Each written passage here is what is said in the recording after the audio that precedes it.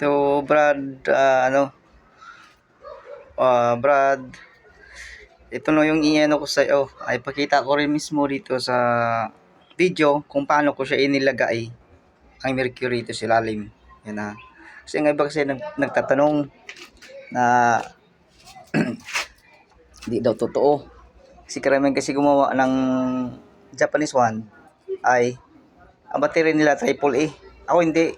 Ang mercury ko kasi ang triple A kasi may ano din yun, tinatawag na lead siya sa tinatawag na mercury. Pero hindi ganoon ang uri ng mercury nandun sa ano sa battery na yun kasi for power volt yun supply. Ito for gold siya. Ngayon, ayan yung pupunuin siya ng mercury. Ngayon, papakikita ko mismo kung paano ilagay yung mercury. Kasi walang maghawak ng hawak ng cellphone. Kasi madali ako ngayon Ngayon, para may pa-shape ko to. So, may natapon pala Ano, meron pala dito. Ako. Sige lang, okay lang. Walang problema. Yan o. Tignan nyo kung paano, sumirit na yung mercury. Oops. Yan. Okay na yan. Yan. So, sobra sa kalahati ang mercury niya. Sobra sa kalahati niyan. Dagdagan pa natin. Kasi ang estimate kasi natin yung bala niya sa salpak. Ganun kasilan ang paggawa nito. Hindi siya tipong madali lang anuhin. Yan.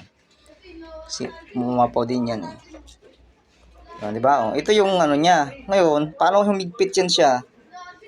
Kita nyo yan. Nilagyan ko pa ng para makahigpit siya. May sikreto pa talaga paggawa niya nito na hindi siya basta matatanggal yan. Ilalak mo pa yan, sa gilid. Tapos papakintabin. Kaya ang resulta niyan maganda. Kaya sabi nga nila, paano mo nilagay yan? May idea yan na ito, i-share ko rin ang idea na ito para sa lahat-lahat din. Kasi akala kasi nila madali lang bungo nito. Katapos ito, kukonsagrahan pa para hindi mahawakan ng ganun pagbuo ng wand na ito. Yung binta lang sa binta. Ito solid lahat copper. Lahat kasi halo sila lahat. Ako lang gumawa nito ng solid copper. Mahirap kasi buuin talaga tong solid copper. Nandun sa Manila, Binondo, 3 tindahan ang binibilhan ko bawat pisa. Mabuo lang solid copper na ito. Iba, sabi nila, bala ba yan? Hindi bala yan, mismo talaga yun dito. Yan yan, mismo yan dito yan. Bumili rin ako ng talaga, isang seat niyan, mahaba. Hindi mo kabili ng yan.